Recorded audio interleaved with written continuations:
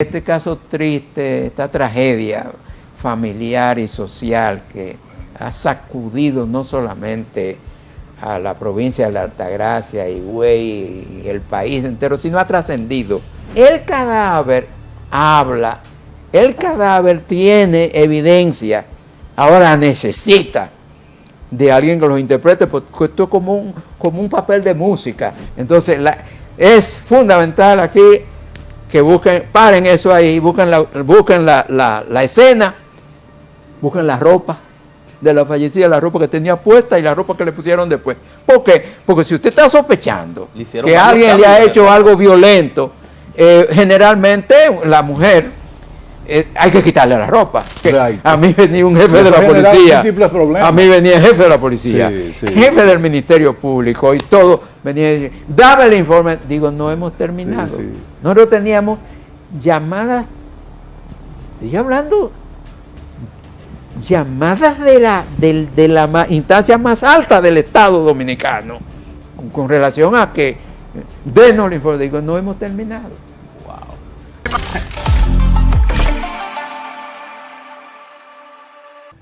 Aquí de vuelta con el matutino del país por el Canal 6, el Canal del Sol, y nos da mucho placer, mucho agrado tener la visita del doctor Sergio Sarita Valdés, una prominente figura de la medicina dominicana que ha hecho innumerables aportes, sobre todo a una ciencia muy particular y muy sui generis, ¿no? Que es bregar con todo ese submundo que representa escarcear todo el proceso interior del cuerpo humano, que debe ser bastante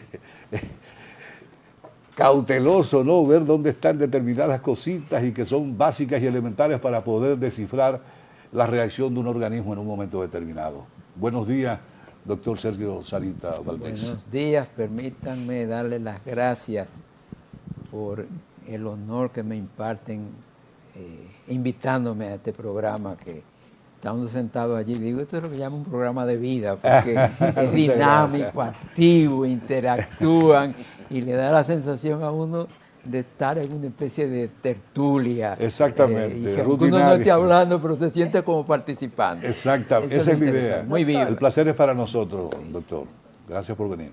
Doctor, ¿qué le está preocupando en términos de la situación de la medicina forense aquí en el país?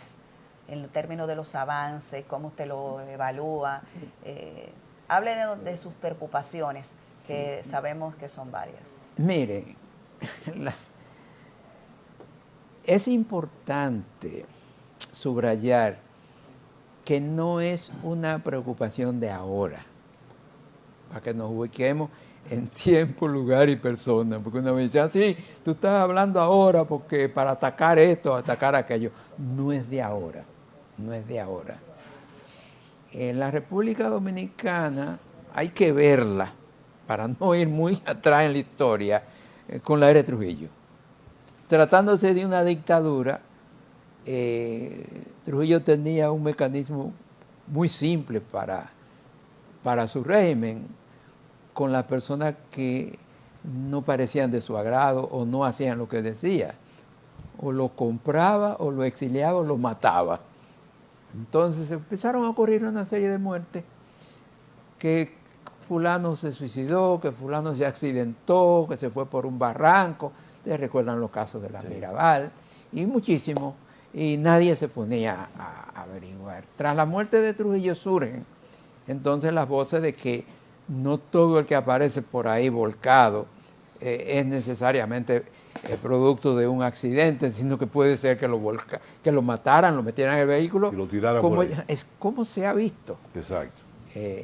Y bueno, pero eso había que indagar el lugar, las circunstancias y estudiar el cadáver.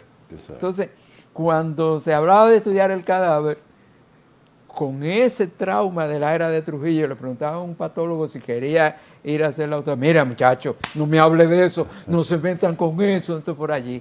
Y yo fui a la escuela de medicina y veía esa preocupación, pero que todo el mundo le sacaba el cuerpo. Entonces salí del país a prepararme y yo dije, voy a venir un día a trabajar con esto. Bueno, pues nosotros llegamos aquí en los 80 y precisamente el hoy difunto Salvador Jorge Blanco fue la persona que llevó en su condición de senador por el Distrito Nacional el proyecto de ley que hacía obligatoria la práctica de la autopsia en todos los casos donde surgieran estas cosas. Bueno, pues él tiene la paternidad de la ley. Se promulgó la ley en el gobierno de don Antonio Guzmán en el 1980, pero no había el instrumento para ejecutarla. Y viene el caso de Héctor Méndez, que fue el caso que sonó porque precisamente este caso se politizó y la oposición en ese tiempo, representada por el Partido Reformista, Balaguer, que tenía como vocero a Vincho Castillo, le achacaron esa muerte al gobierno de Salvador Jorge Blanco. Quizás no sabían que él había sido el padre de esa ley que pero estaba dormida. Estaba dormida. Ahora, Vincho se destapa con un informe médico-legal de levantamiento, donde dice que Héctor Méndez, que fue encontrado en unos matorrales por ahí, un banquero, por la afuera de la capital, recuerda ese caso, que lo habían matado a palo. Y entonces él hacía una especie como de teatro. Sí, fabuloso como siempre, montando fábulas. Teatro, y dijo cómo era que le habían dado los palos, cómo era que lo habían puesto, cómo era que lo habían llevado. Y se acusaba precisamente al entonces secretario de la presidencia, Atuey de Camp, de estar envuelto en el asunto. Pues ya había informe a nivel superior de cómo habían acontecido las cosas. Incluso alguien que estaba en La Victoria, en la penitenciaría de La Victoria, tenía informe de con qué y quiénes. Entonces, se puso en acción la ley 136 sobre autopsia, y el fiscal del Distrito Nacional en ese entonces pidió a lo que se llamaba la Asociación Médica Dominicana, hoy Colegio Médico Dominicano, que conformara una comisión para que realizara la autopsia. Y ahí nace la Comisión de Patólogos de la Asociación Médica Dominicana, que la presidía este servidor. También estaban el doctor Iván Brugal, ya fallecido, patólogo, y Yamil Salomón, que ahora reside en Brasil. A partir de ahí... Perdón, doctor, esas tres personas conformaban la esa comisión de ese patólogos. entonces. Exactamente. ¿Qué determinó esa comisión? Esos médicos que intervinieron, que sería curioso. Porque es interesante, porque cuando nosotros vamos a actuar, lo primero es que el abogado de la familia, que era Vincho, y el médico de la familia, nos esperaron en el cementerio de la máxima comisión. Si hacen la autopsia, lo vamos a meter preso. Nosotros tenemos una orden judicial acá. Y en la ley, nosotros vamos a operar con la ley. Entonces, no hubo manera de parar el proceso. Procedimos a la exhumación. Saben que el cadáver de Héctor Méndez era bastante grande. No cabía en un ataúd. Tuvieron que hacerle una caja metálica. Un hombre robusto. Sí, para ponerlo tenía como 400 libras. Sí. Entonces, exhumamos el cadáver y el cuerpo lo llevamos a la morgue del Hospital Salvador B. Gautier para hacerle radiografía. Hicimos los estudios radiológicos. Desde ahí, desde los estudios radiológicos, ya vimos que había impacto de proyectiles de arma de fuego. Tenía 2 balazos en la cara. Y entonces, o sea que no fue de palo que murió. Recuperamos los proyectiles y efectivamente eran de pistola, calibre 45, se recuperaron. Y eso despertó en la población una fuerza de el valor de la autopsia para esclarecer situaciones oscuras así. Y entonces la gente empezó a pedir autopsia. Sí. No, porque el papá mío apareció una vez muerto en tal sitio, yo quiero que le hagan autopsia. Entonces, no, que ahora mismo apareció un cadáver de alguien que lleva un mes desaparecido y está en un cañaveral, que lo enterraron ahí mismo, y queremos que le hagan autopsia. Entonces esa comisión empezó a moverse por el país para determinar la causa de muerte. Fue un trabajo muy arduo hablar con los muertos en esas condiciones, y empezamos a través de la Asociación Médica Dominicana a pedir que hubiera una institución, un edificio, algo donde que se creara una estructura. Sí. Hay que darle crédito a un fallecido Procurador General de la República, apellido Espinal Huet de Santiago. De Santiago. Ese señor nos dio un apoyo Sí. inmenso, qué pena que murió, pero él quería que se hiciera ese edificio y nos ayudaron y se hizo donde hoy día está el Instituto Nacional de Patología, que tiene el nombre nuestro, Sí. en la Correa Cidrón, Sí. cerca de la Sí, UAS. cerca de la UAS, frente, en Cerca la de parte... casa. Exacto. Ahí empezamos, ya. Y empezamos ya en el 86, Sí. entra de nuevo el Partido Reformista, entonces empezamos a pelear por un instituto de patología. Y eso era pleito. Y Balaguer no quería porque era muy celoso del poder, ¿eh? Y él sabía lo que eso significaba, y entonces nosotros no éramos balagueristas, vamos a decir así. Entonces él se negaba, y presión, y a través de la AMD, fuerza y fuerza y fuerza, en el 88 le sacamos un decreto estableciendo el Instituto Nacional de Patología Forense, por decreto. ¿Ese es el de ciencias forenses? ¿El Sí, INACIF? ahora INACIF, que se le cambió a partir del 2004 en la gestión de Domínguez Brito. Pero eso es otra temática. El asunto es que siempre estuvimos peleando por que fuera una realidad y que estuviera a la altura de los tiempos. Y eso, hasta el día de hoy, no lo hemos podido conseguir. Hay que decirlo. Pero aun cuando ya yo estoy en lo que se llama el otoño de mi vida, sigo donde quiera que esté luchando, porque en un momento dado la estructura esté funcionando a cabalidad a nivel nacional, porque hay una escuela de medicina forense que produce anualmente 5 y 6 profesionales médicos forenses. Y el servicio cada vez se hace más profuso. Y yo, esta mañana, cuando vengo, estoy leyendo que hay un cadáver que lleva varios días que no lo han ido a levantar porque no hay un médico forense. Y hay 150 médicos desempleados. ¿Y ¿Por qué? entonces? Porque Pero no ha sí, sido doctor, prioridad de gobierno porque- alguno. Eso es porque parecería ir que contracorriente. tenemos debilidad, falta de médicos en el Pero área. señores, yo le digo a Acaba de decir que ustedes, tiene 150 en el secretarios. año, ¿Por qué le digo que porque exacto? Porque está- aquí en Dominicana no nos tenemos que leer las cartas, nos conocemos. Sí. Yo en el 1996 di un brinco. Digo, ahora sí vamos a conseguir todo lo que queremos. Entonces me di cuenta que en los gobiernos del PRD y en los gobiernos reformistas yo conseguía más cosas que en el gobierno que yo entendía que eran míos. No, fue una guerra tratando de conseguir cosas.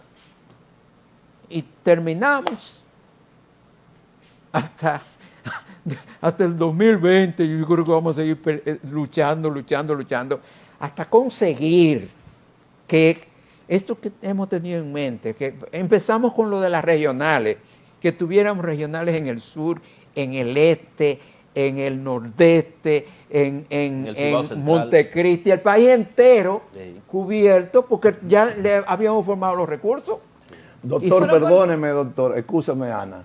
La actitud de Joaquín Balaguer frente a esa propuesta interesante de ustedes probablemente obedecería a que no se iba a molar cuchillo para su Bueno, propia era que la garganta. gran cantidad de las muertes que estaban ocurriendo era la policía que las hacía. Y la policía hablaba de los intercambios de disparos. Exacto. Entonces nosotros fuimos y le dijimos, ¿qué intercambios de disparos son estos? Enfrentamientos, digo yo, ¿por qué no le llaman espaldamiento? Porque todos los tiros entraban por la espalda. Porque de frente. Pero eso era en el tiempo de Balaguer. Sí, sí, doctor. del- pero ¿por qué continúa la debilidad en los gobiernos del PLD y actualmente. Mire qué es lo que esa resulta. debilidad? Yo le voy a... Ya una apreciación muy subjetiva. El mismo Balaguer, en un libro que analiza la era de Trujillo, decía él que los que participaron en el ajusticiamiento de Trujillo realmente lo que querían era sustituirlo. O sea, quítate tú para ponerme yo, pero que el régimen sigue igual. Entonces, lo que ha ocurrido es que muchas veces usted quiere cambiar los personajes, pero la estructura está ahí. Si la estructura está ahí, reproduce lo mismo. Claro. Porque usted entiende, por ejemplo, tenía que hacer una especie de revolución, si usted quiere, un cambio, para que no resulte que usted con el mismo molde, usted viene y le pone otro, pero va a salir lo mismo. Y ese es el problema grande, que hay que una vez que usted tiene el poder, usted sabe lo que es el poder y usted no quiere como que se lo debiliten. Doctor, ¿qué hace falta entonces? Aparte de la voluntad política. Bueno, empecemos por ahí. La voluntad política conjuntamente de que hay una cultura. Hay que romper con esa cultura y eso no es de la noche a la mañana. La cultura es que, está bien, si yo tengo poder, y una vez alguien que me voy a reservar el nombre, dijo, desde el poder se pueden hacer cosas que no se dejen eso a nosotros. Como que dice, hagan la vagabundería y dejen eso a nosotros. Porque se encuentra siempre alguien que lo va a defender o que tiene cosas porque le pagan. Entonces, como hay, a mí me tocó. Dejen eso así. A mí me ha tocado. Probablemente le digan metiches. El tema de la docencia. Y una de las cosas es que en el régimen que vivimos de la democracia, el criminal tiene derecho a la defensa. Ha cometido un crimen, pero le ponen un abogado de defensa. Y ese abogado, aún sabiendo que esa persona mató y que lo hizo adrede y que quería matar, espérate, déjame eso a mí, déjame empezar a buscar argumentos para ir a ablandarte la cosa. No, lo que pasa es que a mí me cogió una locura y yo perdí el tino, entonces va con un psiquiatra. Y entonces ahí empiezan las cosas hasta que después fue un loco que lo mató. Doctor, mire, yo soy un energúmeno en la materia y permítame el atrevimiento de preguntarle. ¿Es lo mismo una autopsia que una necropsia? Realmente el término... ¿O es un asunto semántico? Es semántico e histórico. El nombre primero que se utilizó para el procedimiento de examinar cadáveres fue autopsia. Entonces después vienen los lingüistas y dicen, óyeme, pero coge esa palabra, la raíz griega, ¿de dónde viene eso? Y no define bien lo que ustedes hacen. Entonces un término que vamos a utilizar, vamos a buscar muertos, necro. Necrópolis. Entonces estudio de opsia. Entonces vamos a llamarlo necropsia, más lingüístico, más correcto, pero son sinónimos. ¿Cuándo se requiere una necropsia realmente? Entonces, la ley 136 es clara y específica. En todo caso que se sospeche violencia o que haya una duda o que la persona muera en la cárcel o que muera en el quirófano, está detallada la ley porque la ley se copió de una ley colombiana sobre medicina legal. Y cuando hay dudas frente al ejercicio del patólogo, bueno, ¿hacia dónde se debe recurrir? El problema es que no debería ser un patólogo solo, sino debe ser una comisión. Sí, entonces usted tiene que comprar al otro y al otro y al otro, y se torna un poco más difícil. Incluso se prevé a veces que pueden participar 3 peritos y cada perito tener su juicio por escrito y someterlo. Y es posible, como decía Trifolio, atacar esa resolución de esos médicos forenses. Oh, sí, ese es el trabajo de los abogados criminalistas. Mire, este servidor ha vivido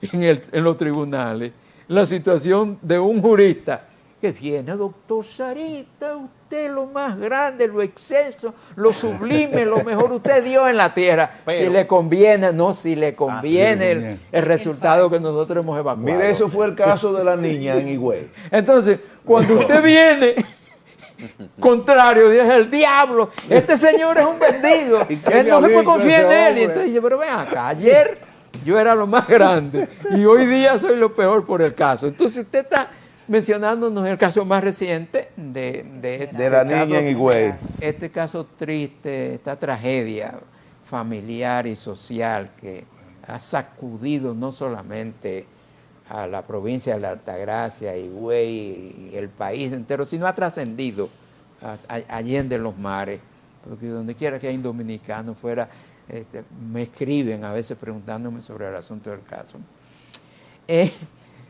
Nosotros hemos tenido como norma que lo último que hace un forense es abrir la boca. El forense es todo ojo y todo oído. Cuando oye 10 versiones las escribe, 30 versiones las escribe. Y entonces hurga en el cadáver y empieza a preguntarle, mira, están diciendo esto, ¿qué tú dices? Están diciendo esto otro, ¿qué tú dices? Están diciendo esto otro. Te pone todo sobre, digamos, una pizarra y sobre la mesa lo que el muerto dice y tiene.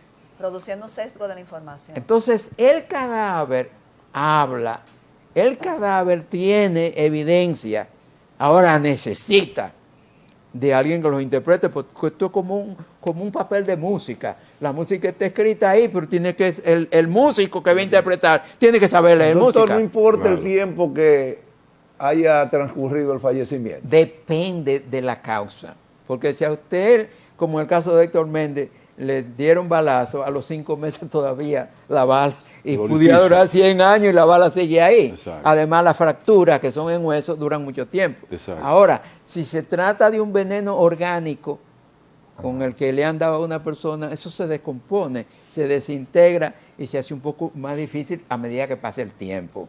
Así que dependiendo del tipo de muerte, hay órganos que resisten mucho. Por ejemplo, el corazón es un órgano que un infarto dura bastante porque se seca en vez de descomponerse así. Sin embargo, otros órganos como los pulmones y el cerebro en 2 o 3 días se vuelven papilla y desaparecen muchas evidencias. A medida que pasa el tiempo, las evidencias se van borrando. Entonces, algunas, pero en el otras caso no. concreto de la de la niña, niña, ¿qué ya. va a ocurrir? No, ¿qué va a ¿O qué ocurrir? está ¿O qué ocurriendo? ocurrió? Si ¿Qué hubo ocurrió? una ¿Qué mala ocurrió, info- doctor? Si hubo Sí. una mala información o No, práctica de adivinación, no déjenme- o se manejó mal, Sí, miren se lo que manejó sucede. mal a Porque nivel hay de medios. sí, Sí, exactamente. déjenme explicarle lo que sucedió. Yo le dije a ustedes que en el 2004 se crea el instituto, el INACIF. Sí. Entonces se separan funciones. Lo que antes era el Instituto Nacional de Patología Forense, ahora esa parte pasa solamente a hacer las autopsias de la gente que muere en hospitales, las muertes maternas, los abortos, la cesárea, e individuos que mueren en clínicas y hospitales que no se sabe bien o hay dudas. Esas muertes que no son balazos, que no son accidentes, que no son puñaladas, que no son violentas abiertamente, se hacen en el Instituto Nacional de Patología, que ahora lleva el nombre nuestro, que está en la Correa Isidrón, cerca de la UAS. Ahora, las muertes claramente violentas por disparo, por palo, por accidente de vehículo, las hace el INACIF en el cementerio Cristo ¿Y Redentor. por qué esa diferencia, doctor? Perdón. Sí, eso yo quería preguntarle. Porque ¿Lo hubo un dispuso el acuerdo- Estado sí, eso?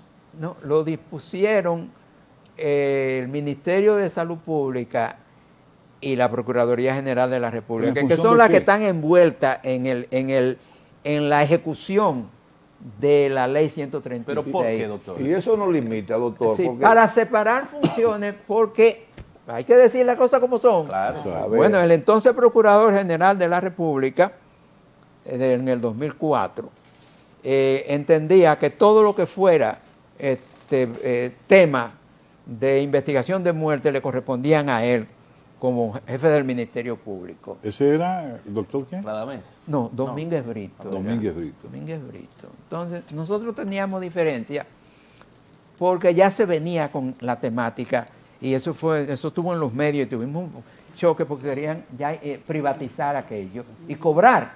Entonces yo decía, si para hacer un experticio médico legal hay que pagar, entonces ya iba a haber un problema porque los pobres no van a poder tener acceso. ir a la justicia en igualdad de condiciones. Exacto. Porque el que tiene más dinero paga para que le hagan cuando le conviene. Y entonces el pobre que no puede pagar no cuenta con eso. Nosotros decíamos, las autopsias hay que hacérselas todo, tenga o no tenga dinero, y no se debe cobrar. No se deben cobrar las autopsias. Al fin, ¿qué prevaleció? No se cobra. La división. que Se dice- la división. Entonces, premio de consolación, nos dejaron allá abajo, y entonces todas las muertes grandes. Ahora, ¿qué fue lo que ocurrió Qué con este barbaridad. caso? Lo que ocurrió con este caso fue que primariamente viene como una muerte materna, producto de un aborto. Supuestamente. Así comienza. Y por eso es que comienza en el Instituto Nacional de Patología, Ok. que lleva el nombre nuestro. Ahí comienza. Entonces ellos van a trabajar el caso y cuando empiezan se dan cuenta que no es un aborto, pero que la muerte es violenta. Pero continúan realizándola y precisamente me contactan a mí y yo le digo, mire, el caso puede que haya empezado como una muerte materna, pero ya no es materna. Entonces el protocolo tiene que regirse como cualquier otra muerte violenta. Entonces es fundamental aquí que paren eso ahí, busquen la escena, busquen la ropa de la fallecida, la ropa que tenía puesta y la ropa que le pusieron después. ¿Por qué? Porque si usted está sospechando Le hicieron que varios alguien le cambios ha de hecho ropa. algo violento, generalmente la mujer hay que quitarle la ropa. Y es diferente cuando ella se la quita, Exacto. porque ya eso implica Sí. algo un poco Violencia. diferente, ¿no? Violencia. Ajá, entonces, ¿dónde está la ropa? Digo, paren el asunto ahí, hasta que aparezca la ropa y la escena. Le sugiero. Entonces, luego es cuando veo que sale un resultado y lo veo en los medios. Apareció, doctor, la ropa, toda la ropa que dijeron. que Espérense, yo estoy esperando eso, le he dicho, pues, esperen, o sea, procedan como una autopsia médico legal que empieza con la escena, la ropa y lo último que usted va a estudiar es el cadáver. Entonces, eso es lo que hemos sugerido, ¿no? De repente, vemos ya que hay un informe subido en las redes. En las redes lo estoy leyendo. Digo, qué curioso, que antes de que tú hayas llegado a terminarse y luego elaborado el informe está en los tribunales. Entonces converso y me dice, no, lo que pasa es que ha habido, entréguenos lo que tenga. Digo, pero es que no se ha terminado. Pero es una irresponsabilidad, doctor. No, pero las cosas Vamos no son allá. tan sencillas. Vamos Porque allá. cuando usted tiene un cargo que depende de otra cosa, las cosas son diferentes. Porque es un Exacto. superior que le está exigiendo, dame lo que tenga. Exacto. Pásame lo que tú tengas. Entonces, ahí viene lo que es abiertamente una violación, sí. Porque usted, el forense primero investiga, después que termina su investigación, elabora un informe, somete el informe y habla por informe.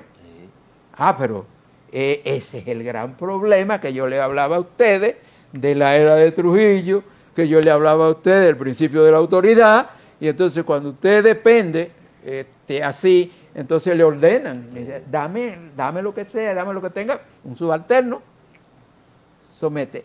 En el caso nuestro es una excepción en el asunto, porque siempre he sido como medio Lo que quiera.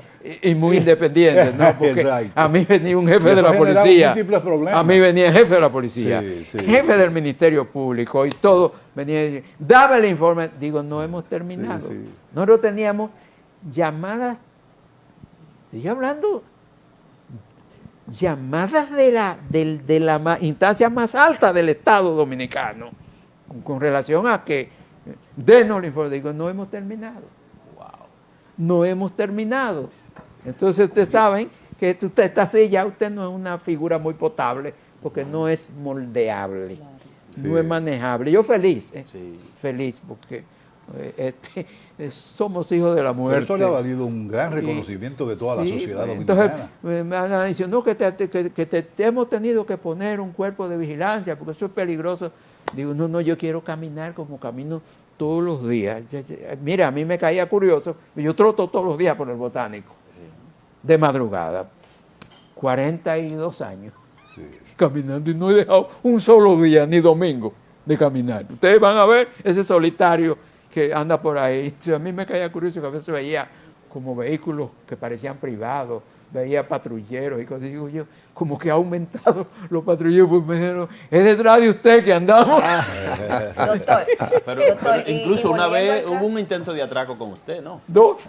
Sí. Doctor, y volviendo al caso de la niña, ¿no hay peligro con una segunda autopsia de que la primera haya... No, lo que sucede, déjeme explicarle, porque es que no ha terminado la primera. Ah, oye. Entonces recibió llamada de más altas instancias para que entregara resultados de esta De eso es de lo que autopsia. se trata, pero eso no es nuevo, ¿eh? No ¿Y es su nuevo. ¿Su respuesta cuál fue, doctor? No, en este No he caso terminado. no, porque ya yo estoy, pero en la situación en la que yo me vi, y no una, ni dos, ni tres, ni cuatro, fueron múltiples a las veces, porque siempre la policía, el Ministerio Público, y cuando no pueden llaman al Ejecutivo, le llaman a usted, mire, están llamando a esta cosa, denle el informe que lo están necesitando. Para eso digo que no hemos terminado. Tan sencillo como es. Es que no se ha terminado. Ajá. Actualmente, ¿cuál es el estatus de esa investigación? De la Que de no ha Esmeralda? terminado, no ha terminado, porque miren, después que nosotros dijimos esta autopsia no está completa, después que nosotros decimos eso, entonces que el Ministerio Público se dispone a buscar la ropa. A buscar la ropa que traía la niña, la jovencita, cuando fue al encuentro. ¿Dónde estaba la ropa? Porque la ropa la botaron. Pero con su experiencia, ya ese no es un caso contaminado, doctor. Sí, pero usted tiene que trabajar con lo que tiene, contaminado o no contaminado, peor es no hacer la investigación. Hay que hacer la investigación. Idealmente, el caso virgen es mejor.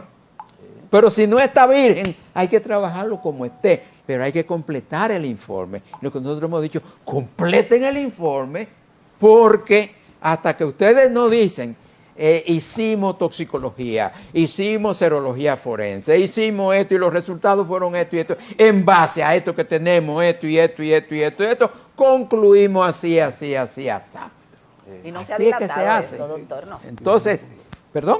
No se ha dilatado. ¿Por dónde ve el proceso, doctor? El proceso está que yo preguntaba en estos días, ¿y dónde está la ropa? ¿No ha aparecido todavía? No, parece que la ropa ahora la mandaron a otro sitio. Doctor. Entonces, la misma persona que empezaron el experticia no son las que están manejando la ropa necesariamente. Y ya eso sí crea ruido, porque el integral es importante para usted comparar la situación del cuerpo con la situación de la ropa, las evidencias de si la ropa tiene señales de que era de ese cuerpo o ha sido cambiada. Todo eso. En lo que usted vio, en lo que Doctor, usted pudo ver, exacto. ¿qué usted...? vio el cuerpo de la No, de la no, joven? yo lo que he visto son imágenes. Yo no he trabajado el caso, ¿eh? No he trabajado el caso. Yo estoy retirado ya. Ok. Yo Doctor, estoy- una yo estoy pensionado. pregunta que luce insulsa, y perdóneme el salto en la conversación. ¿Cómo repercute en el orden emocional, psicológico, el llevar una vida como la que usted lleva, tratando con cadáveres? Realmente eso no condiciona su modo de vida. No, al contrario. Mire, haber tenido la dicha de trabajar con la muerte y ver la muerte lo prepara a usted y le dice a usted que no somos eternos y le dice a usted que no somos infinitos y que usted está aquí en este mundo por un tiempo y que por tanto usted debe tratar de trascender en el tiempo en el sentido de que usted deja el aporte de lo que la sociedad le dio a usted, usted se lo devuelve con dignidad y no termine usted en el descrédito.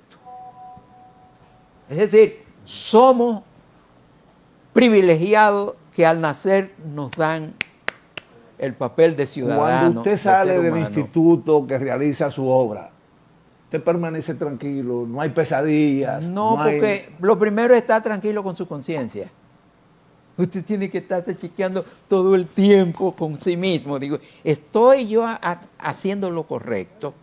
Es decir, me estoy comportando ante la sociedad, dándole lo que la sociedad espera de mí.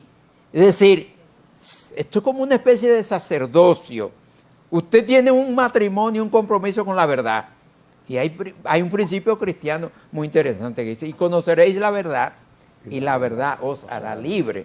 Si usted cree en eso, Y yo creo, desde el punto de vista de la ciencia, que cuando usted esclarece un hecho y domina las condicionantes y reúne las evidencias y lo integra todo, usted le está dando un servicio a la sociedad. Doctor, mire, nos quedamos en el aire con la estructura que hay que crear para permitir que ese ejercicio aquí sea libre y eficiente. Mire, el problema es tan sencillo como este. Aparte de la voluntad. Sí, mire, por ahí, entre el año 2004 y 2008, nosotros nos encontramos con una situación de que ni habían neveras para cadáveres útiles para preservar los cadáveres. Y entonces nos cansamos de dar viajes y palabras para comprar unos refrigeradores. Y llegó un momento, como no nos hacían caso en lo privado, lo hicimos público. Y estamos pidiendo para esto y no nos lo consiguen. Entonces, pero qué desgracia, qué desgracia ser funcionario. me llama, yo leo que en ese tipo el ministro de Salud y a los Sarita no le luce, está diciendo eso. Dijo, cuando vienen los periodistas, miren lo que está diciendo su jefe. Dijo yo, pues esas son las opiniones de él.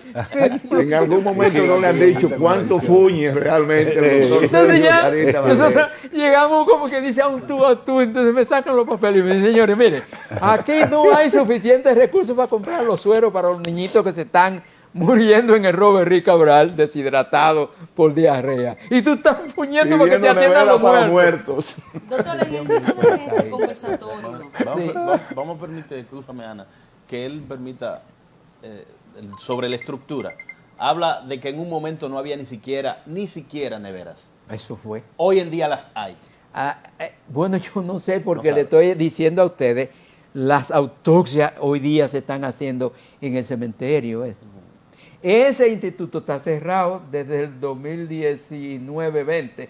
No lo El terminan. Nacional de Patología. Eso está cerrado, que lleva su eso está en nombre. construcción. Doctor, Sí. tenga cuidado con Ulises, que le está No, tirando no, pero un eso venenito. está en construcción, va, Esa es la Doctor, y realidad. usted Esa es la se realidad. ha preocupado. ¿Y las morgues de los hospitales? Que No están- funciona, pero es que primero no garantizan la cadena de frío.